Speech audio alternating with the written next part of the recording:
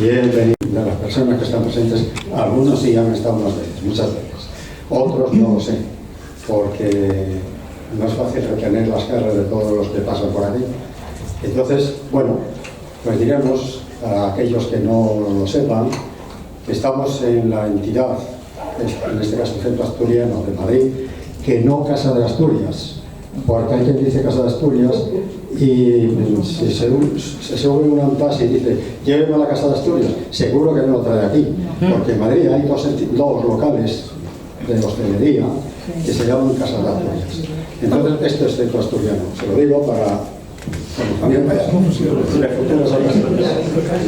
Bien, pues esta entidad, este centro, es el más antiguo de cuantas casas regionales existan en el mundo, de cuantas casas regionales existan en el mundo españolas, esta es la decana.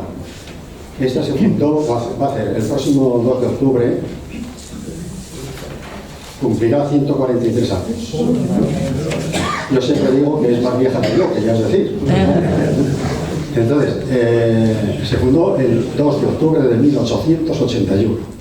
Es una casa con mucho recorrido, pero yo siempre digo, lo repito, que no es una casa vieja, es una casa que tiene muchos años, pero vieja no, porque de ellos se encargaron las juntas directivas que se han ido sucediendo y la que estamos ahora, estamos haciendo todo lo que podemos para que siga esa línea, siendo una casa con muchos años, pero una casa joven, una casa activa. De hecho, según los señores expertos en estadísticas, ellos dicen, yo voy a modificarlo un poco, ellos dicen que es la que más, yo digo que es una de las que más actos realiza al año, esta, como entidad privada como esta. Y bueno, pues hoy tenemos uno de los actos buenos que nos presenta don Ricardo Bayol, allí en el extremo de la mesa, que seguro que más de uno le conoce muy bien. Y bueno, en su trayectoria tan llena de calidad y de trabajo, pues hoy nos trae aquí la presentación de un libro que es unas islas. El libro se titula Las Islas en Tierra, y sobre ello van a hablar Matilde Juárez. No. Sí. Más bien. Matilde Juárez y Mila ¿qué? Bueno, y Mila Bueno.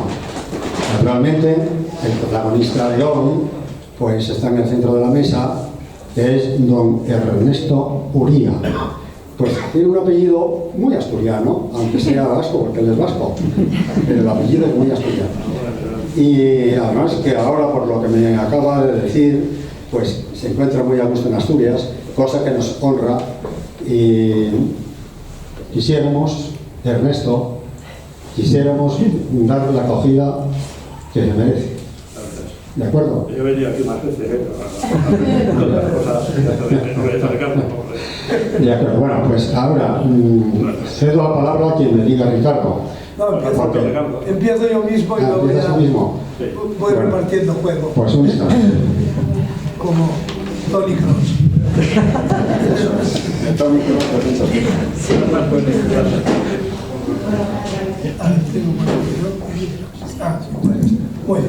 Bueno, pues vale. Muchísimas gracias, Andrés. Buenas tardes a todas y a todas y a todos, perdón. Y sobre todo, bueno, pues claro, agradecer al Centro Asturiano que ya durante 30 años tenga acogido nuestro foro de integración social. Justamente el pasado mes de enero cumplimos los 30 años aquí de presencia activa en el Centro Asturiano. Tuvimos un bonito acto en febrero con el diputado Rafael Cofiño y hablamos además de salud visual, o sea, con lo cual fue un acto muy interesante y además muy cercano, muy implicado en la gente que iniciamos este foro, ¿no? Bueno, ante todo hoy yo lo que quería decir es que, bueno, lo primero, que no es el último acto del curso, tendremos otro en junio, porque las presentaciones de libros las hacemos como sesiones extraordinarias. El foro tiene una sesión trimestral ordinaria, digamos, y las presentaciones de libros o recitales poéticos o cosas que hacemos aparte de los temas ordinarios, pues lo hacemos como sesiones extraordinarias. Por tanto, hoy es sí nuestra última sesión extraordinaria del curso. Y lo primero que quiero decir es que quiero cumplir una deuda de honor con mi amigo Ernesto, porque hace tiempo que teníamos en mente el hacer presentación de alguno de sus libros y siempre lo andábamos cacareando y al final no lo acabábamos de poner en el programa, y aquí estamos hoy. Así que estoy muy contento de que lo podamos hacer este 16 de mayo, que afortunadamente no ha expedido a toda la gente de Madrid, y que a pesar de que estamos en los Isidros, pues tenemos por aquí un público muy agradable. Bueno, pues muchas gracias a todos por venir. Primero, muchas gracias a Mila y Matilde, que van a presentar el libro. Muchas gracias a los que van a intervenir también después, a Ana, Caridad y José María, creo que lo digo bien. Y también gracias a Ernesto, porque él siempre ha tenido el deseo y el placer de querer hacer la presentación aquí en el Centro Asturiano. Yo le agradezco especialmente esa motivación suya. Y bueno, vamos a acercarnos a una obra, una de sus obras. Creo que tiene publicadas 5 obras con esta, aparte de algunas publicaciones sobre discapacidad que vienen dadas también de lo que fue su actividad profesional. Pues tiene 3 obras de poemas, 3 poemarios y 2 de relatos. Y hoy vamos a presentar una obra de relatos poéticos, como es esta de Islas sin Tierra. Y creo que Ernesto es una persona que tiene una capacidad de pensamiento, de expresión, y yo, aunque le conozco menos en la faceta de escritura, porque le he tratado más en lo directo, creo que también de acierto, de carácter incisivo en lo que es su forma de escribir. Bueno, pero de esto van a hablar gente que sabe mucho más que yo. Sí me parece importante destacar de que es una persona ya rodada en cuanto como autor, ¿no? Y que no, es decir, no estamos en una obra incipiente de una persona que no ha publicado prácticamente nada, ¿no? No tiene ya todo ese bagaje, y creo que eso también nos hace concebir de que estamos ante un autor consagrado. Y eso no quiere solemnizar en el sentido de alejarlo del mundanal ruido, sino que lo que quiere decir es que está avezado a hacer esto, y por supuesto transmite ya con una fluidez que ayuda mucho a la comprensión y a disfrutar de su trabajo, ¿no? Bueno, por lo tanto, estamos muy satisfechos en el Foro de Integración Social con dar cabida a este acto. Yo, como creo que va a haber bastantes intervenciones, no me quiero alargar, solo decir que seguimos ruta. El Foro de Integración Social, tanto en el aspecto de presentar a autores, como en el aspecto de traer temas de debate importantes desde el punto de vista social, seguiremos, y el 5 de junio cerraremos el curso. Así que bueno, en esta penúltima actividad del curso ya vamos a dar la palabra a Ernesto, que va a ir repartiendo el juego con las personas que tenemos aquí, tanto para leer como para presentar la obra. Adelante, Ernesto. Buenas tardes y gracias. Muchísimas gracias.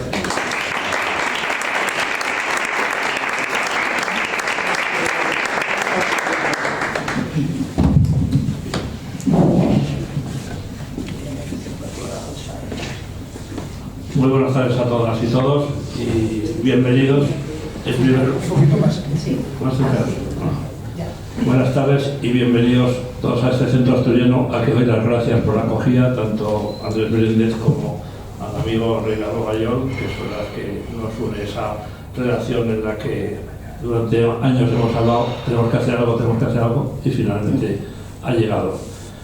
Agradezco muchísimo vuestra presencia, porque este libro para mí quizás sea al que más trabajo he dedicado, y que no hubiera sido posible sin la ayuda de una persona que muchos conocéis, Ángela Martín del Burgo, que desafortunadamente no puede estar con nosotros aquí.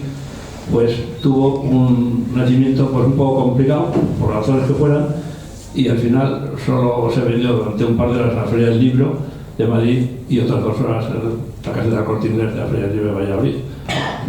Aunque nadie es profeta en su tierra, pues pero el resto del tiempo es un libro prácticamente que no ha existido, y a mí la verdad es que me frustró bastante, y de hecho no he publicado ningún otro después de este fiasco, así que ahora mismo poder estar aquí y bueno, y representar el libro y en la mejor compañía, pues me parece un acto pues muy emotivo, y de verdad que me encanta compartirlo con todos vosotros.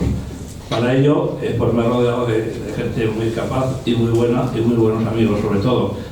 Van a intervenir 2 personas que iré presentando paulatinamente cuando toque, y 3 lectores, y para empezar vamos a leer un fragmento de un relato que se llama Evocación, que es un relato, digamos, que es una continuidad del libro de poemas Caricia y Cruz, que bastantes de vosotros también conocéis, que hablaba sobre los últimos días de vida y muerte de mi madre, y a partir de ahí escribir un relato un poco de contexto, que se llama Evocación, y que es uno de los 20 y tantos que tiene el libro que presentamos hoy, Las Islas sin Tierra. Así que para ello lo va a hacer Caridad Lainez, que es compañera de teatro hace muchos años, y cuando quieras, Caridad, pues adelante. Muchas gracias por estar aquí.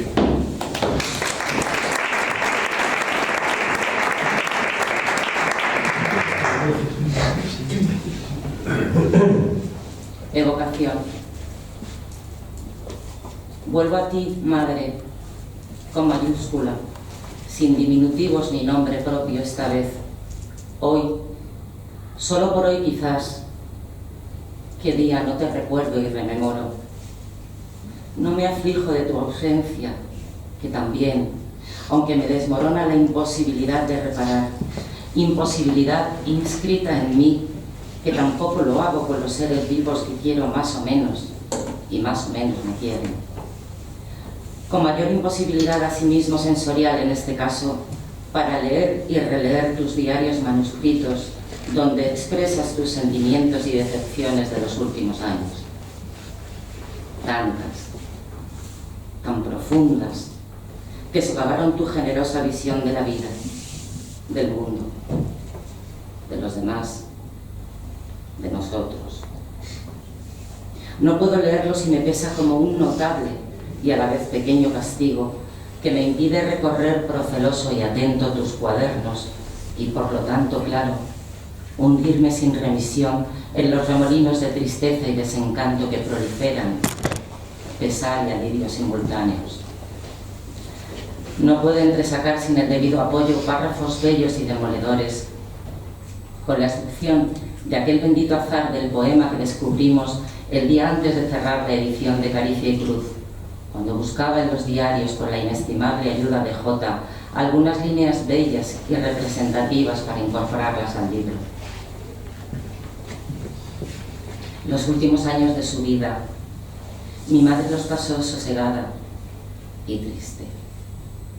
Supe después por sus propias palabras, escritas de puño y letra, con aquella maravillosa caligrafía, tan limpia y clara, que las horas más felices y redentoras eran las que discurrían uniformes, que pasaban cuidadosas, como de puntillas.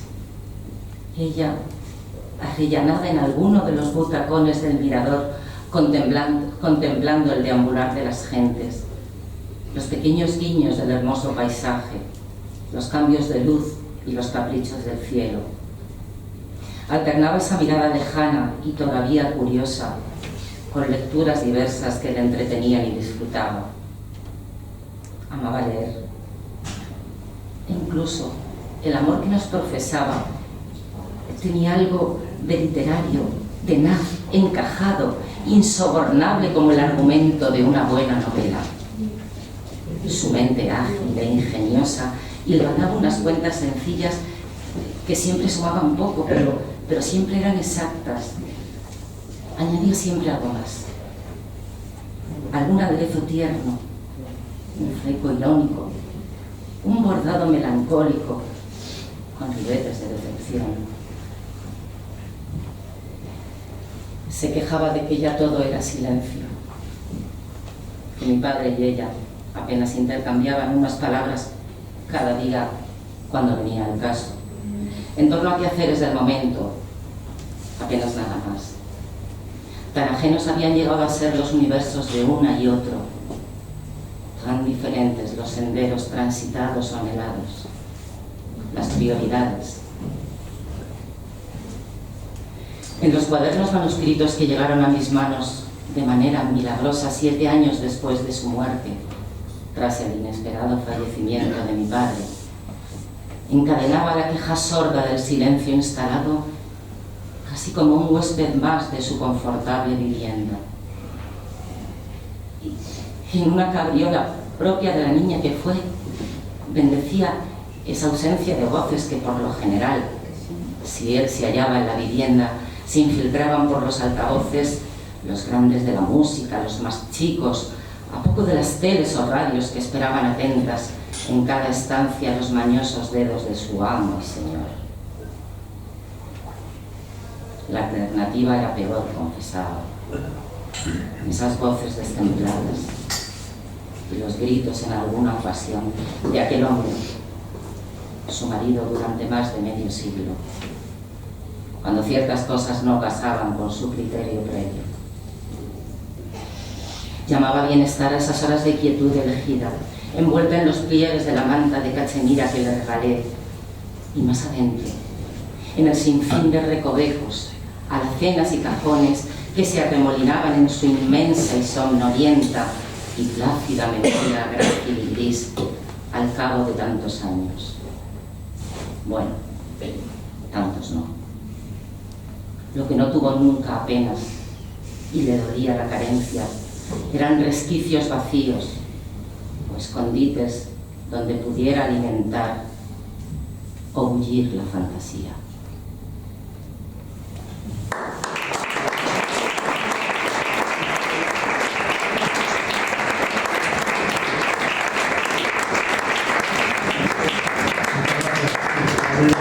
Una vocación pues intimista de mi madre en sus últimos años, mi madre que tantas cosas me leyó y tanto me ayudó antes y después de la encierro, ¿no? Bueno, y ahora doy paso a Matilde Juárez. Matilde, una magnífica pintora, aunque no tengo el disfrute de ver estos cuadros, pero de costa, porque eso lo he estado y lo he visto. Una estupenda actriz y como profesora de teatro, pues de esas personas que nos concita a ir sí o sí a tus clases y disfrutarlas. Y bueno, me encanta que estés aquí hoy conmigo y con nosotros para contribuir también a tu aportación. Así que cuando quieras, Matilde. Gracias, Ernesto. Bueno, yo no soy un maestro de la palabra como una maestra de la palabra como Ernesto, así que en el teatro puedo hacer muchas cosas, pero en estas situaciones me pongo muy nerviosa, así que no me voy a enrollar demasiado. Solamente quiero agradecerle a Ernesto que estar aquí sí que me honra, porque es como, vamos, no me lo esperaba para nada, ¿no? Y a mí me cuesta, porque, como digo, en una clase pues podemos jugar, pero esto me resulta muy serio. Entonces, le voy a romper un poco dando unas notas que yo he observado en estos años de relación con Ernesto, que tienen que ver unas notas a nivel personal y unas notas del libro. A nivel personal, lo que quiero decir es que Ernesto y yo es como que llevamos vidas paralelas. O sea, él ha sido alumno de mi maestra y directora del Teatro Trigüeñe, que se llama Irina Curveskaya, y yo también he sido alumna de Irina, y después Irina me ha dejado las clases. Entonces, como que hemos ido coincidiendo en varias situaciones de manera así un poco paralela hasta que chas, nos hemos cruzado y yo ya le dije, no puedes faltar este año en mis clases de ninguna manera. Entonces, voy a parar aquí esta parte de notas emocionales o personales que quiero decir sobre Ernesto, porque quiero dejarlo para el final. Y lo quiero hilvanar con uno de los relatos que me han encantado del libro de Las Islas sin Tierra, que es el de Para desprenderse de ofensas. Y luego quiero acabar con mi nota personal hacia él y mi agradecimiento, ¿no? Vamos a ver.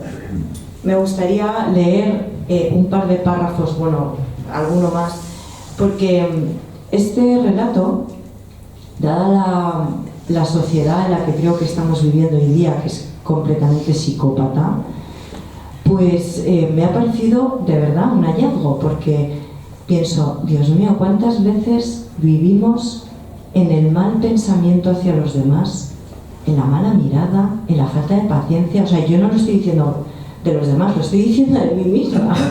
Claramente, en un semáforo, qué rápidos somos para el mal juicio, qué rápidos somos, ¿no?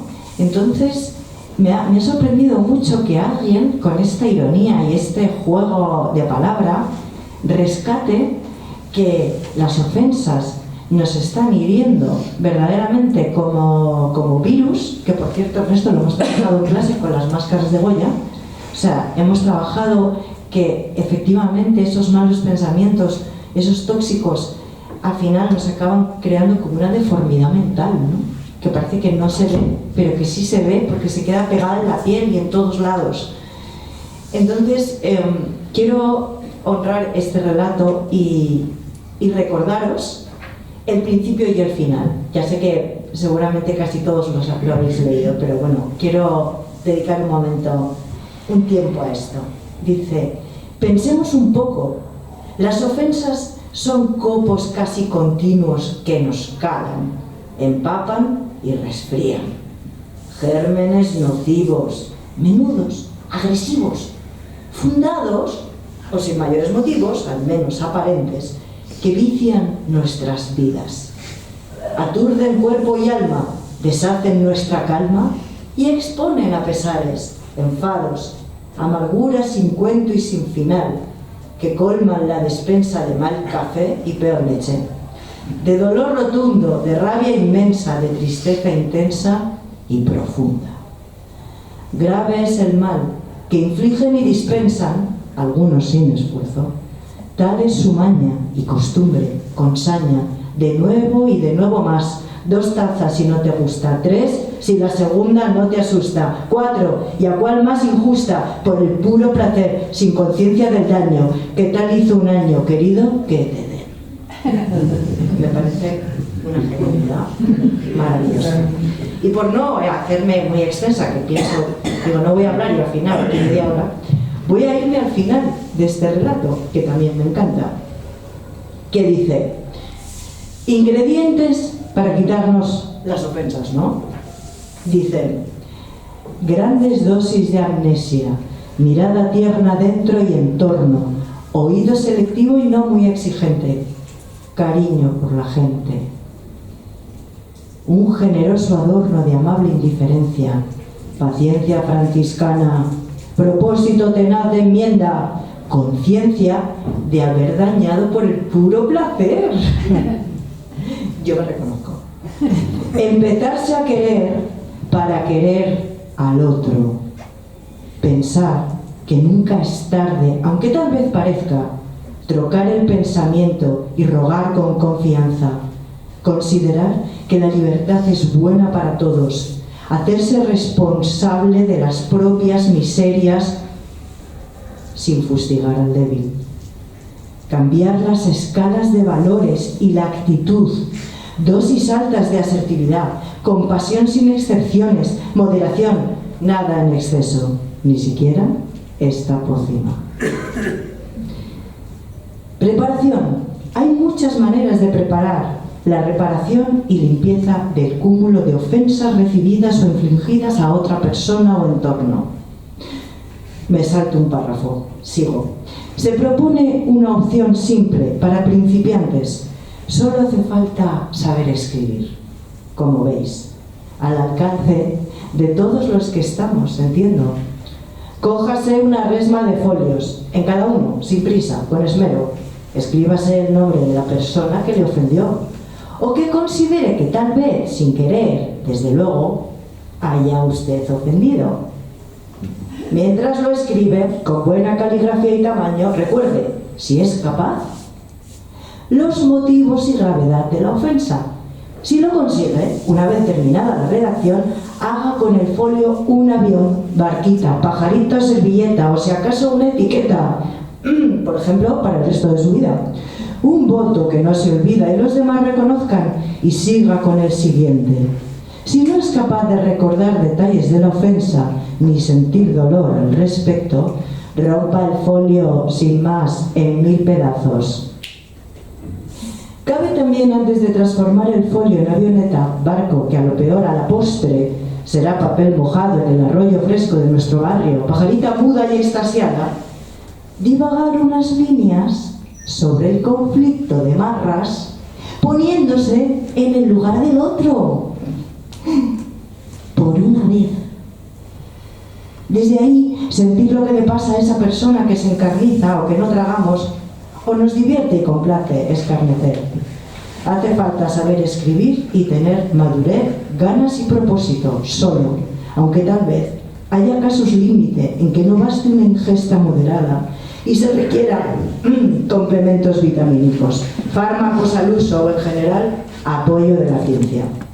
Pero en todo caso, invito a hacer la prueba. No se conocen contraindicaciones.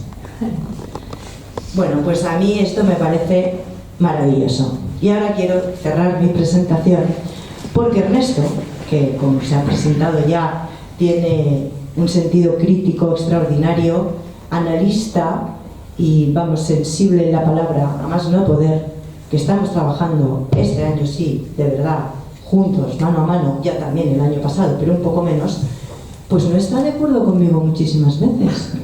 Y entonces, este ejercicio de tolerancia que yo veo en este relato, digo, madre mía, pero si es que él lo está ejerciendo día a día, cada vez que viene. No está de acuerdo en cómo yo planteo las cosas, no está de acuerdo en que nos saltemos frases majestuosas de Valle Inclán, no está de acuerdo en cómo se coloca, no está de acuerdo, pero oye, lo hace. Entonces yo quiero darle las gracias a Ernesto porque estoy descubriendo una faceta humana que ya me gustaría a mí ver más a menudo en mí misma. Así que con esto yo me despido. Gracias.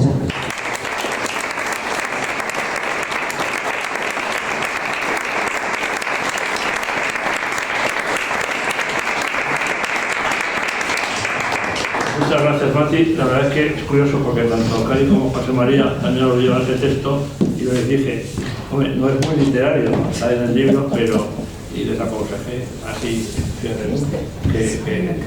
que tú esperas otro, ¿no? Y de repente viene Mati y pues que estaba claro que pero, estaba no, y quizás sea porque tuve un momento de lucidez a escribirlo y no he sido capaz de ejercerlo especialmente con la profundidad o con el esmero, con la continuidad que debiera. Así que, bueno, desde todo una cosa es escribir y otra es digo, me temo.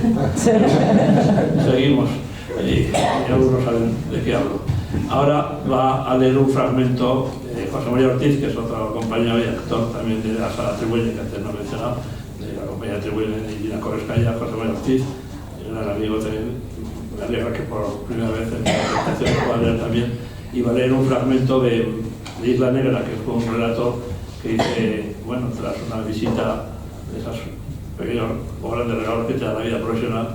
Hice una visita privada que hice a la Isla Negra, que es la casa de Pablo Neruda junto al Pacífico, donde está también su tumba con Matilde Urrutia, ¿no? En un túmulo.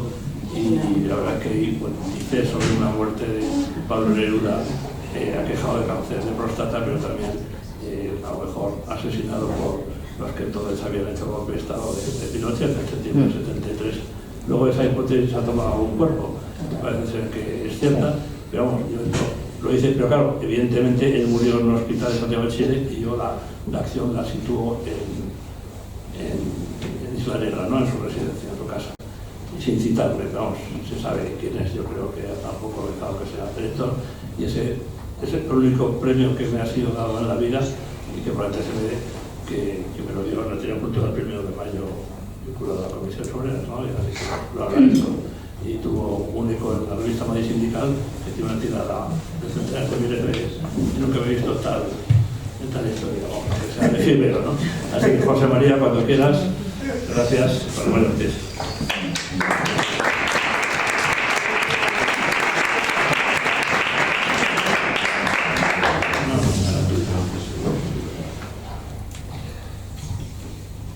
Isla Negra.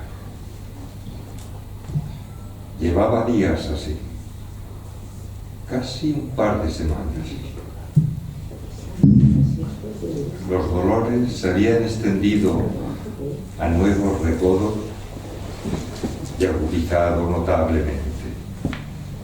El ánimo, decaído como nunca antes lo tuvo. Se sentía preso, rodeado, con la sensación de que ya no tenía escapatoria, que se acercaba al final, que lo hacía de manera precipitada e inexorable. Sin amigos ni médicos, sin sus fieles colaboradores que al parecer habían desertado en masa, en perfecta y sospechosa simultaneidad, agobiado, repleto por momentos de desazón y duelo.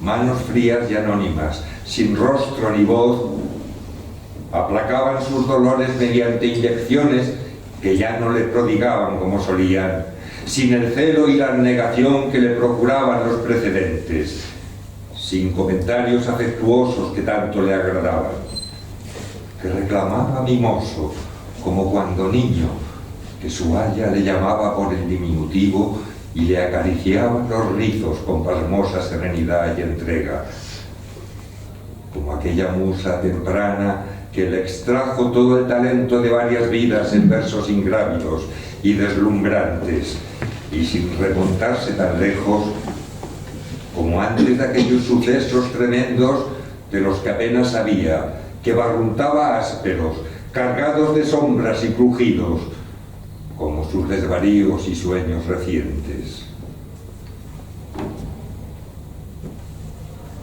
Fuera llovía, una lluvia pertinaz y gris que rebotaba incesante y rítmica en las maderas nobles del camarote encorvado, aterido a esas horas inciertas de la tarde, que dejaba penetrar gotas curiosas y escurridizas como confidentes invisibles y cautos por las rendijas que la carcoma agujereaba con denuedo y placer.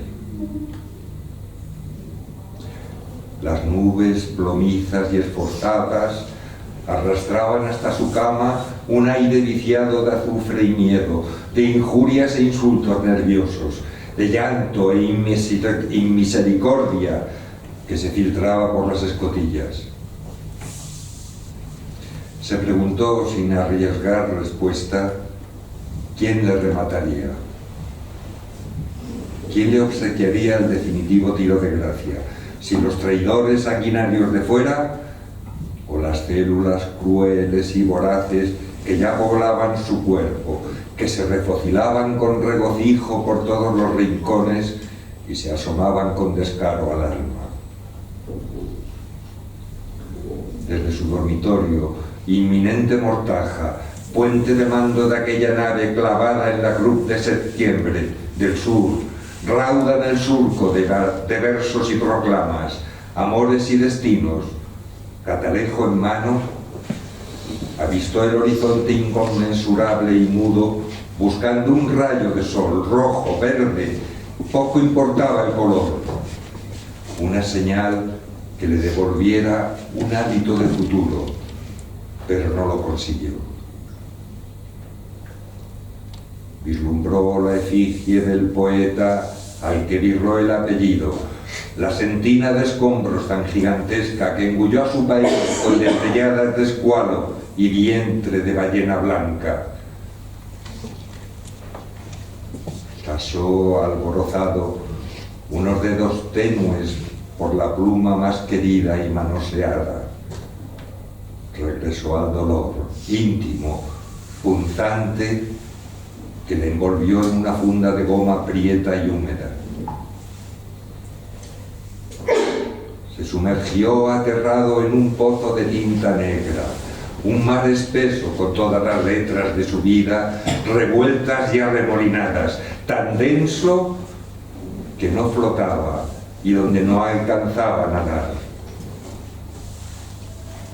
Trató de no abrir la boca, pero en vano. Se hundía, no pisaba fondo. No pensaba, no pesaba, no pasaba nada.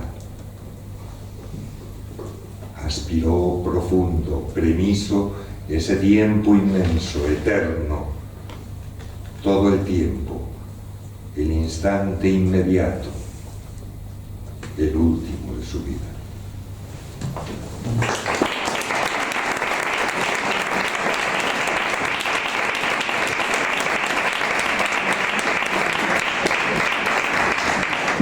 Muchas gracias, José María, que ha recogido, ha enlazado perfectamente el principio del relato y el final, y la verdad es que ha hecho un ejercicio estupendo, porque ha enlazado perfectamente. Muchísimas gracias, José María. Y ahora va a intervenir Mira Bueno. Pues Mira Bueno es, además de amiga, pues una escritora, en el libro de relatos fenomenal suyo, se llama Enterrar un botón, que recomiendo.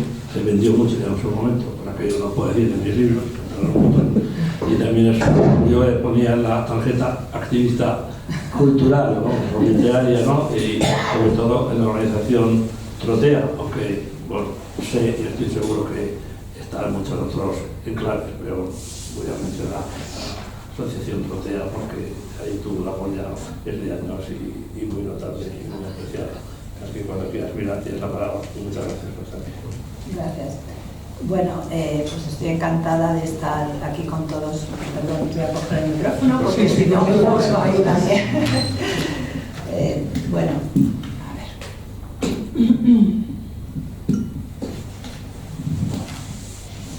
Como decía, estoy encantada de estar con todos vosotros, con todos ustedes aquí, con estos compañeros estupendos, algunos de Trigüeñe, sala que valoro muchísimo como espectadora y bueno, es un honor y un placer para mí que Ernesto, pues gran amigo y compañero de eventos literarios, de tertulias, haya tenido la delicadeza de contar conmigo para presentar su libro.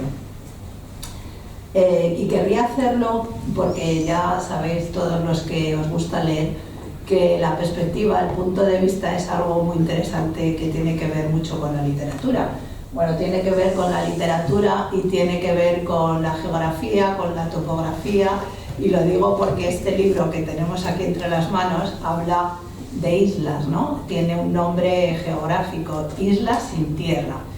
Y a mí cuando Ernesto, que lo leí hace tiempo, me lo presentó, ya me sorprendió muchísimo, incluso como objeto porque yo, como escritora, como lectora, pues soy muy fetichista del libro objeto en cuanto tal. O sea, leo el libro electrónico, pero valoro mucho lo que es un libro, su cubierta, su título, su contenido, y lo disfruto, como os pasará a muchos de vosotros. Entonces, nada más enfrentarme ya a la cubierta del libro, me llamó la atención porque es una fotografía hermosísima, que por cierto ha tomado Ernesto, lo cual revela una faceta suya como fotógrafo, una de las muchas que tiene como artista que es, con una persona de una gran sensibilidad, y los que lo conocemos lo sabemos.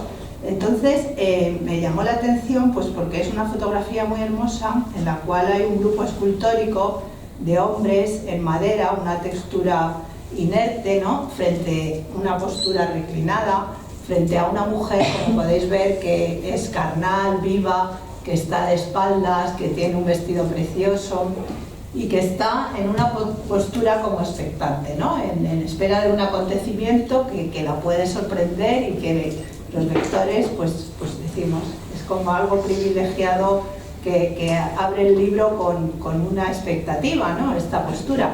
Y al mismo tiempo, ese título, Las islas sin tierra. Entonces yo digo, claro, es que Ernesto es poeta, porque Ernesto, los que le conocéis, sabéis que es un gran poeta, y Ernesto nos tiene que brindar un título en coherencia con su característica de poeta, lírico totalmente, ¿no? Porque si a las islas les arrebatamos la tierra, ¿qué nos queda? Al final una isla es algo que está en medio del mar y que lo que nos da es esa sensación de lugar al que aferrarnos, de materialidad. Pues no, las islas de Ernesto no tienen tierra. En particular. Entonces, es un título precioso, que tiene forma y fondo. En literatura es muy importante que lo que es la forma y lo que es el fondo estén unidos. Un título ya es como todo una expectativa que se crea para el lector, y efectivamente en la temática de Ernesto pues tiene mucha coherencia el que esas islas no tengan tierra, y lo comentábamos el otro día charlando sobre el libro, ¿no? ¿Por qué? Pues porque Ernesto como poeta se mueve mucho en el territorio de la nostalgia, de la evocación, de la memoria. Son territorios pues muy volubles, donde los contornos no están claramente especificados, ¿no? La memoria pues es algo muy selectivo, porque la memoria nosotros recogemos las partes que queremos seleccionar, ¿no? Es un libro lleno de nostalgia, es un libro que los que conocemos a Ernesto sabemos que es una persona muy culta, muy exquisita, que ha viajado mucho, querido Ernesto, que tienes un gran conocimiento de la literatura europea, tienes predilección por el cine, por la literatura francesa, en eso estamos. Yo soy más anglosajona y es muy interesante, ¿no?, cuando contrastamos nuestros gustos a veces.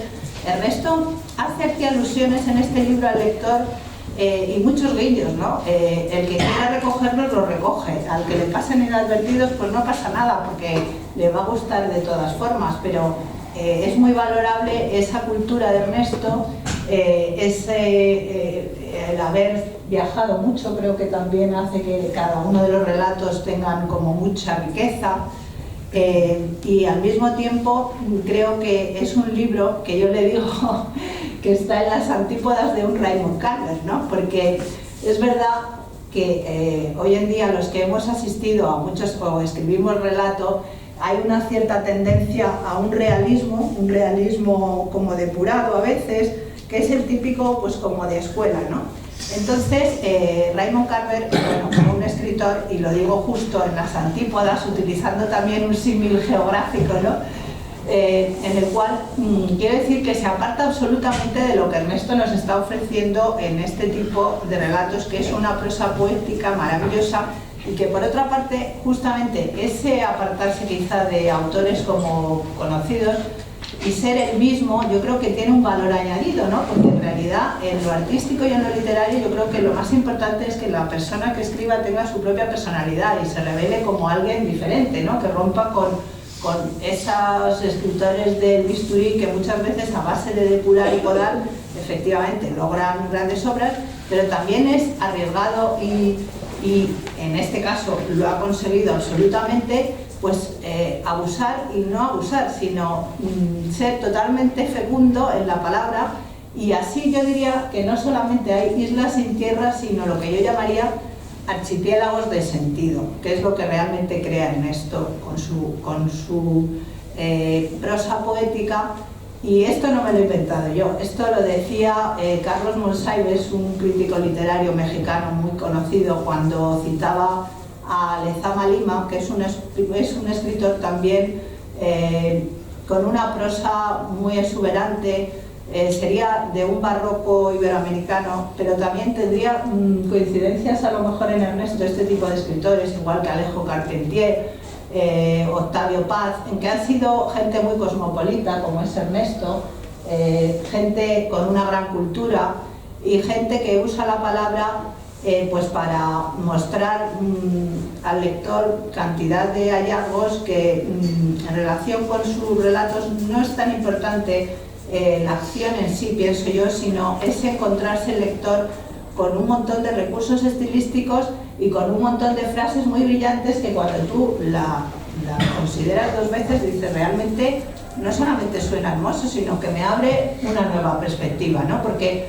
Ernesto, tú tienes también, yo creo, una gran capacidad, tienes mucho ingenio, ¿no? O sea, en ese sentido barroco, en el buen sentido de la palabra barroco, de saber utilizar el lenguaje con todos sus recursos literarios, con una gran musicalidad, con un ritmo que solo lo tienen los poetas, que lo ha trasladado a estos relatos, porque si habéis observado cuando han leído estupendamente nuestros compañeros, por cierto, los relatos, pues había las frases tenían una cadencia, una musicalidad.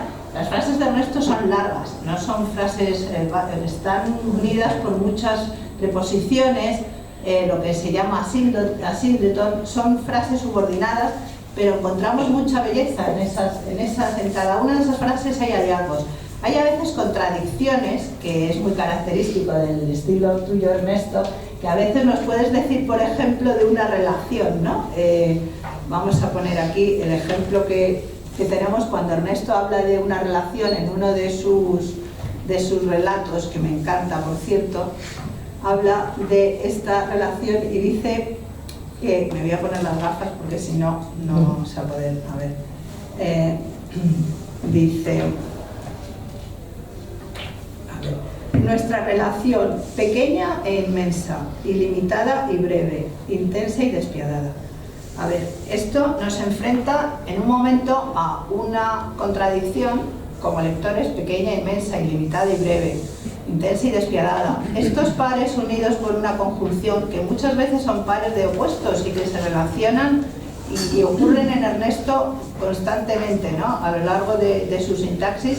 A veces son maravillosos, ¿no? Porque en ese eclecticismo, en esa forma de conciliar contrarios, yo creo que el lector encuentra muchas veces belleza, ¿no? No se trata de seguir el tema linealmente, porque al final el algoritmo es algo muy lineal. En cambio, el discurso de Ernesto es todo lo contrario. Es un discurso narrativo y con muchos meandros, ¿no? Es como una ola que se va, cada frase tan larga es una ola que va reconociéndose en el sentido. Entonces, por eso me ha encantado la frase, el archipiélago de sentido, creo que tiene mucho que ver con tu estilo. Y a ti, el otro día lo comentábamos, ¿estarías de acuerdo con ello, Ernesto? Me gustaría mucho preguntarte un poco sobre esa capacidad tuya de hacer esta prosa poética, que yo creo que tiene mucho que ver con tu sensibilidad como poeta, ¿verdad?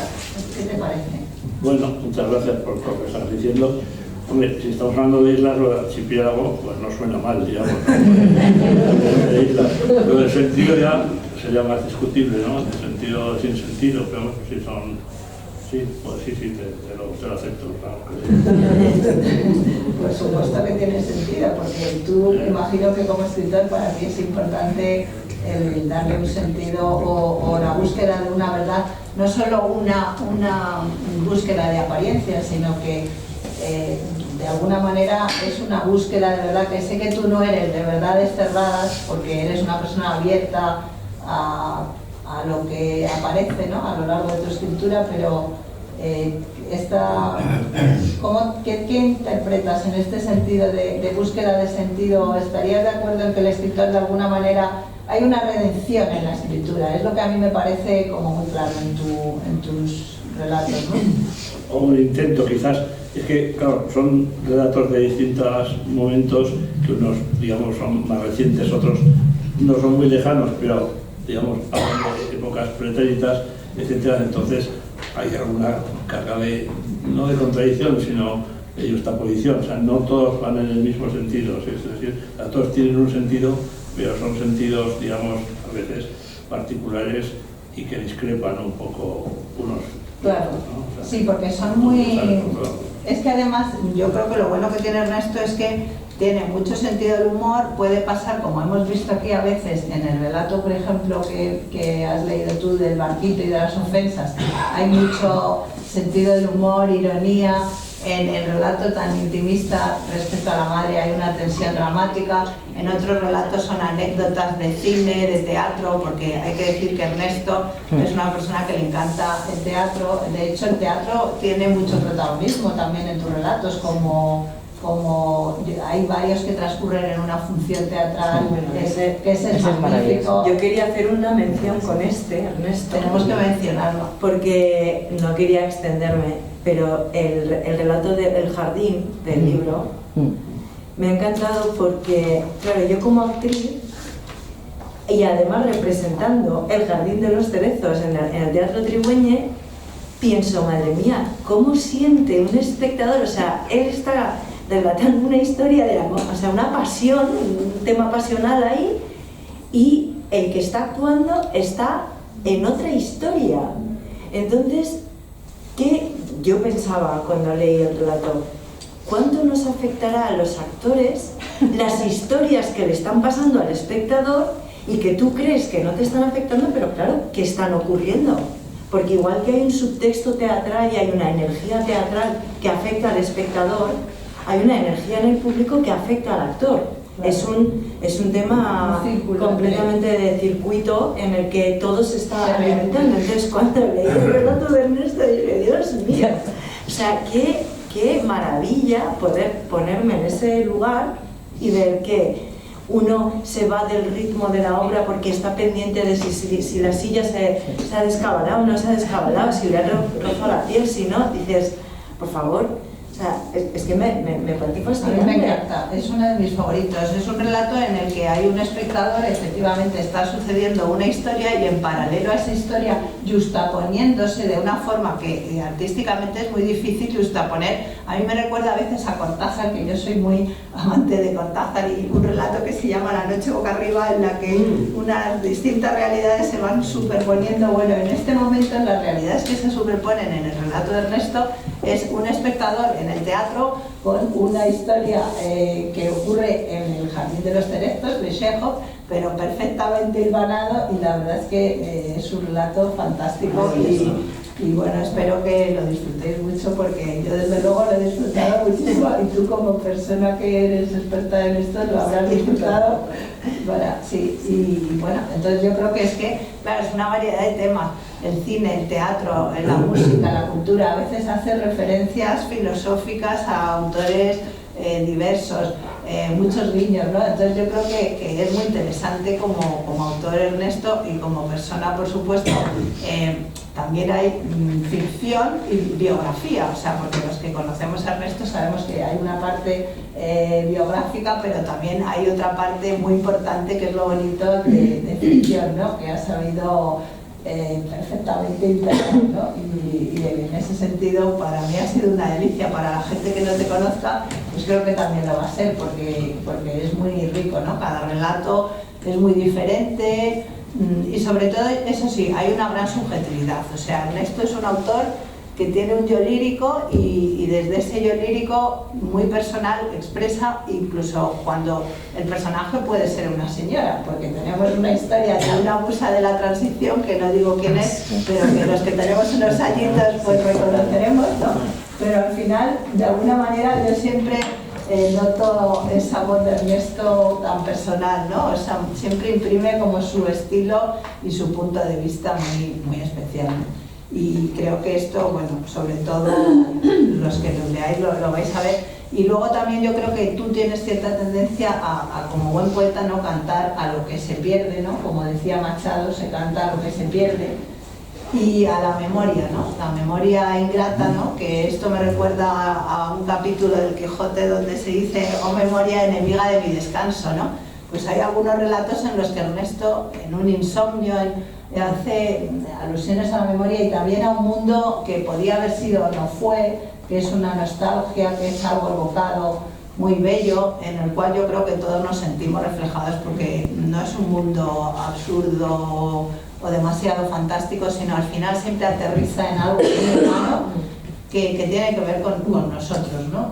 Con nuestros sueños, con nuestras esperas ingratas, a veces amorosas, con indecisiones, como eso me encanta, ¿no?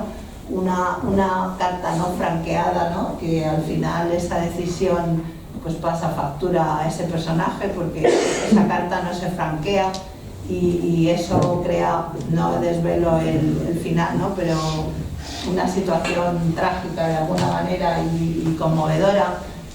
Bueno, de verdad yo creo que el libro, a mí francamente me parece que es un libro que tiene muchos méritos y que me encantaría que lo disfrutarais como lo he hecho yo. No sé si tú quieres añadir algo, Ernesto.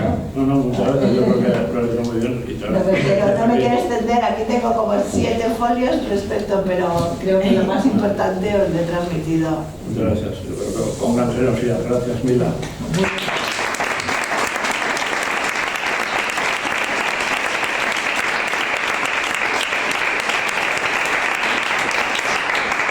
Obviamente él como autor puede añadir lo que quiera.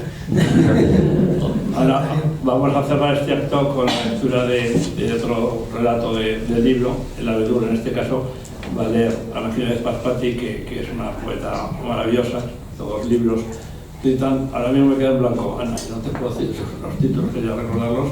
Tranquilo, no te preocupes. Y bueno, ahí es también la coordinadora de una iniciativa estupenda, parece que estamos haciendo aquí propaganda a la Tribuñi, que es Tribu de Poetas, donde yo tuve el honor de participar hace ya unos años, y creo, amenazo con hacerlo a finales de año también, ¿no? Con un libro de sonetos que está por editarse, y ya superó lo de este libro, que me ha tenido, digo, en el dique seco durante varios años. Entonces, Ana, que coordina Tribu de Poetas y también preside una fundación que se llama Virlupes, que apoya las letras y el teatro, etcétera, pues va a leer, yo creo que maravillosamente, como ya saben, pues un relato que ha elegido ella, que se llama El abedul, y que, bueno, voy a decir 2 palabras, es un libro que nace de 2 libros que leí en su día de un polaco que está en los libros de OCE, lo pedí a leer, se llama Jaroslav Iwaskiewicz, que se llama El bosque de los abedules, y Las señoritas de Wilko, que son 2 libros que a su vez hizo películas Andrzej Wajda, que es un gran director polaco,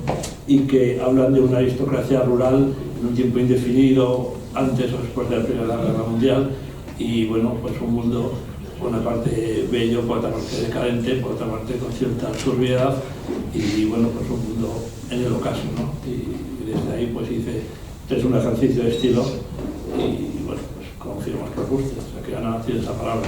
Ana tiene esa palabra.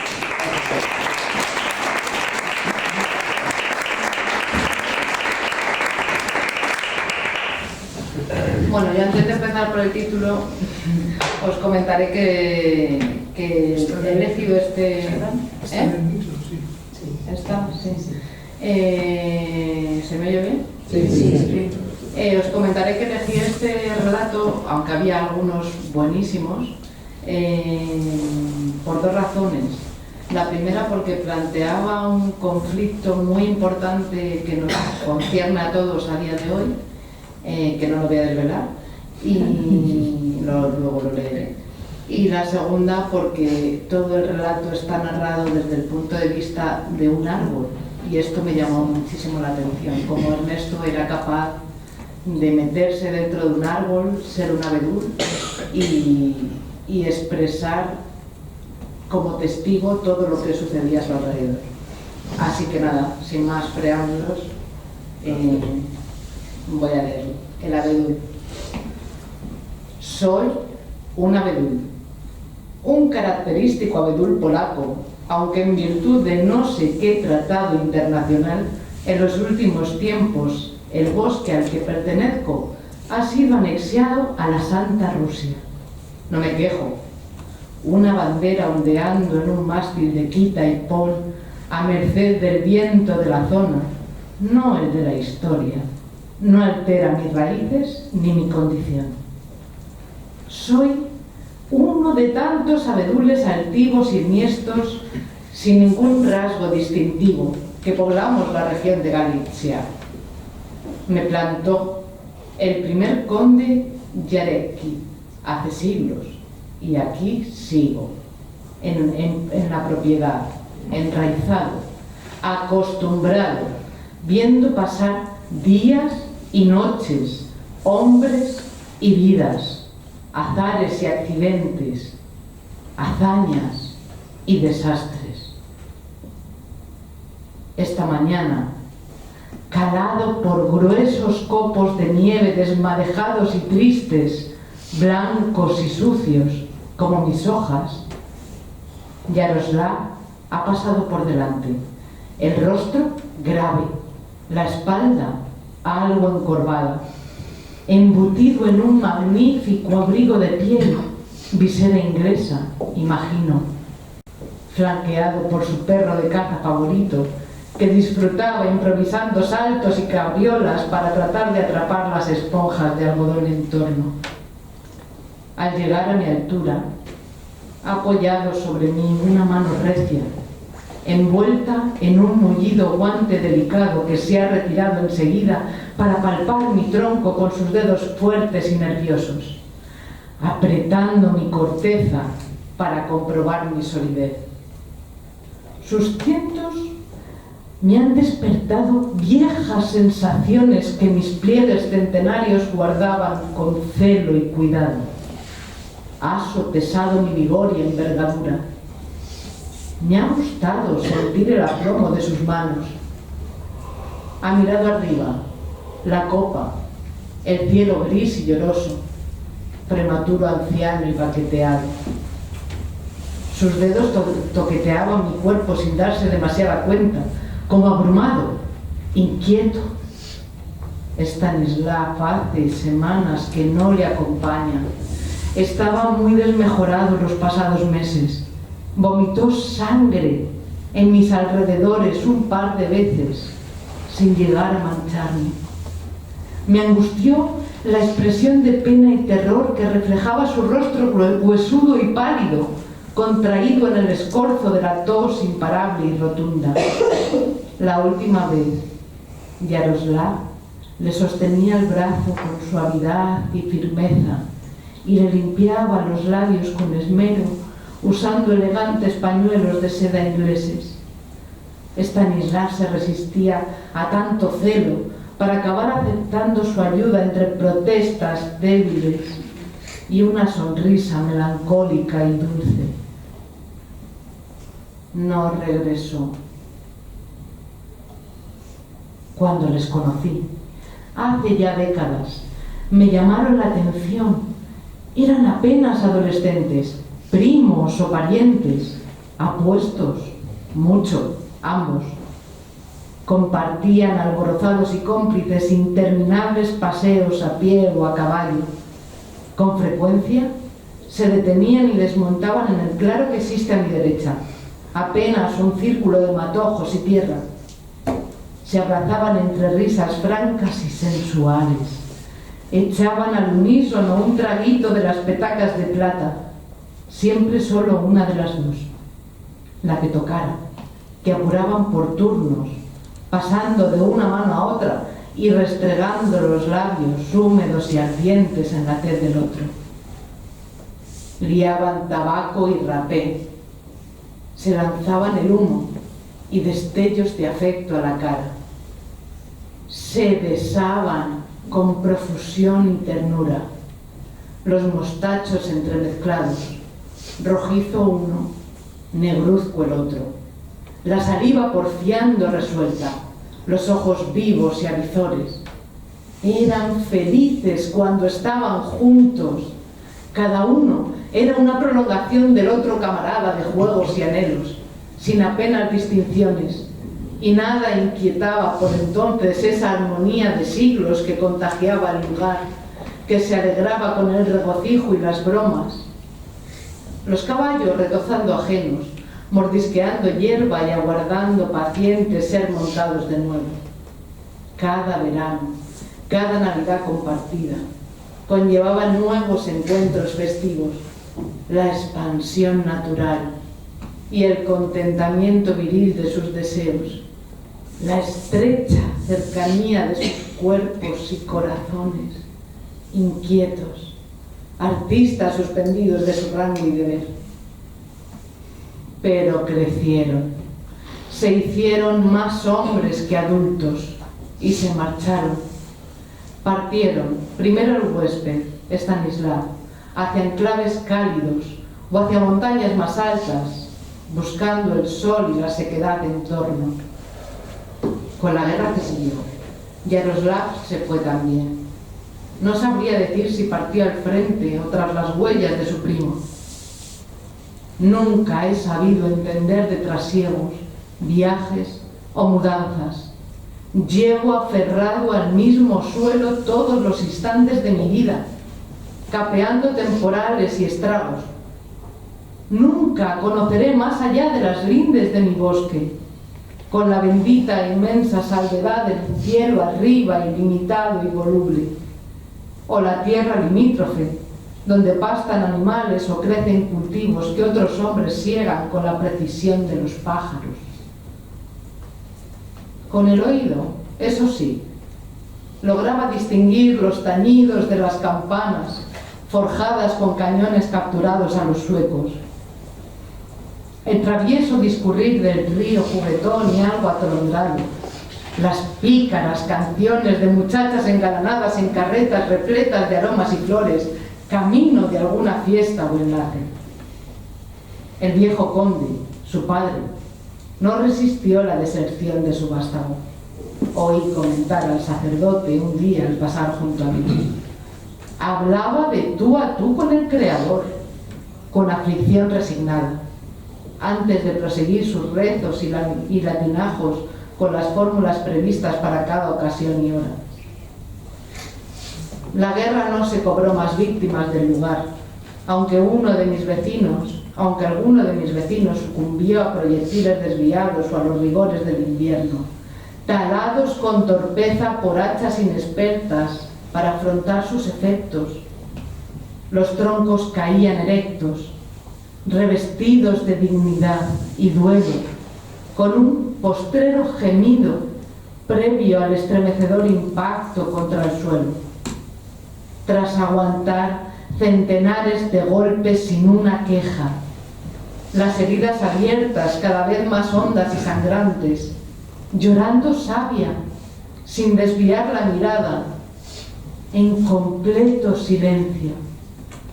Sí, Transi, murmuraba el cura cuando se topaba con los restos de una tala, siempre atento a los sucesos de la región en su recorrido diario para consagrar en la capilla de la mansión. Los lentes empotrados en el breviario, el alzacuellos protegido por bufandas gruesas y acogedoras cuando arreciaba la ventisca.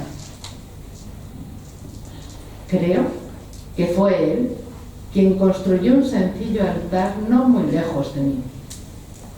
Pero las ninfas de la noche lo destruyeron pronto.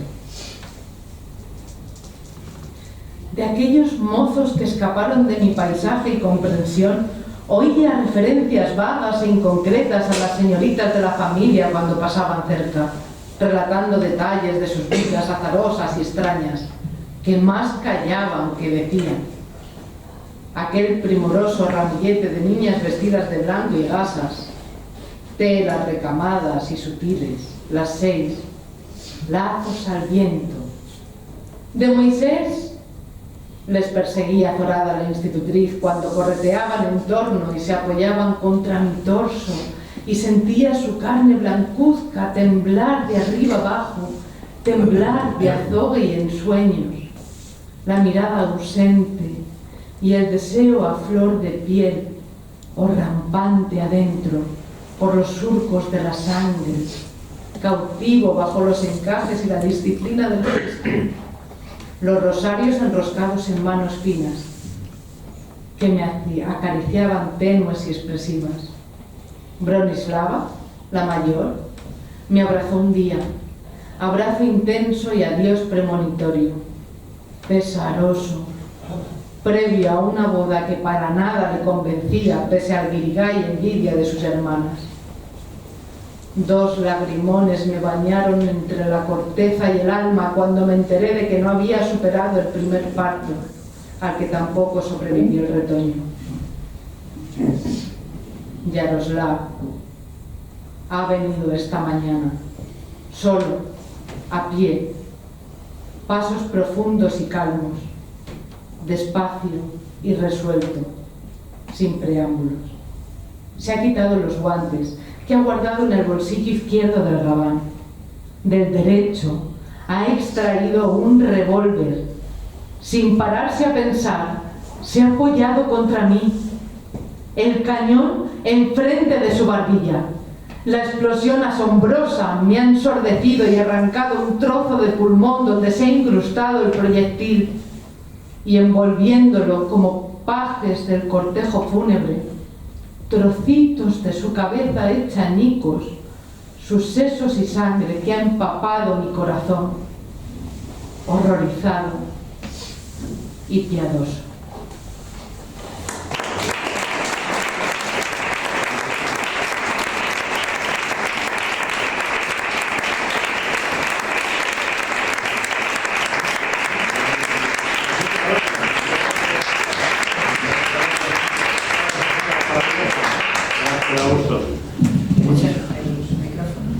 Muchas gracias.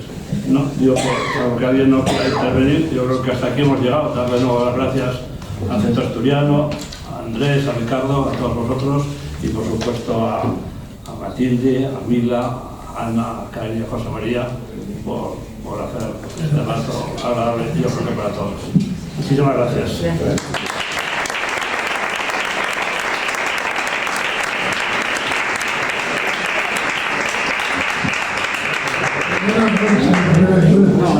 Bueno, primero, si alguien quiere hacer un pequeño comentario con brevedad o hacer alguna pregunta, tenéis ahora el momento, y si no, cerramos el acto. Bueno, pues yo lo que sí quiero es dar las gracias inmensas a Ernesto. Para mí ha sido un gran descubrimiento, porque había leído poco de él, tengo que reconocerlo, es mi culpa. Y bueno, de todas maneras, es siempre, nunca es tarde, ¿no? Si la dicha es buena. Entonces, prometo que me enmendaré en ese sentido. Bueno, quiero daros las gracias a todos los que habéis intervenido, empezando por Ernesto, pero con Matilde, Mila, Ana, José María, Caridad. Daros las gracias por el magnífico acto que habéis hecho, de una gran altura cultural, de una gran altura literaria, y que nos ha hecho disfrutar sinceramente. Lo digo con el corazón en la mano, porque creo que estos momentos de vivir la cultura, de vivir la literatura, son inolvidables. Entonces, bueno, muchísimas gracias. Para el Centro Asturiano y para el Foro de Integración Social es un orgullo haberos tenido aquí, y sin duda repetiremos cosas de estas. Así que vamos a decirnos un hasta pronto. Gracias.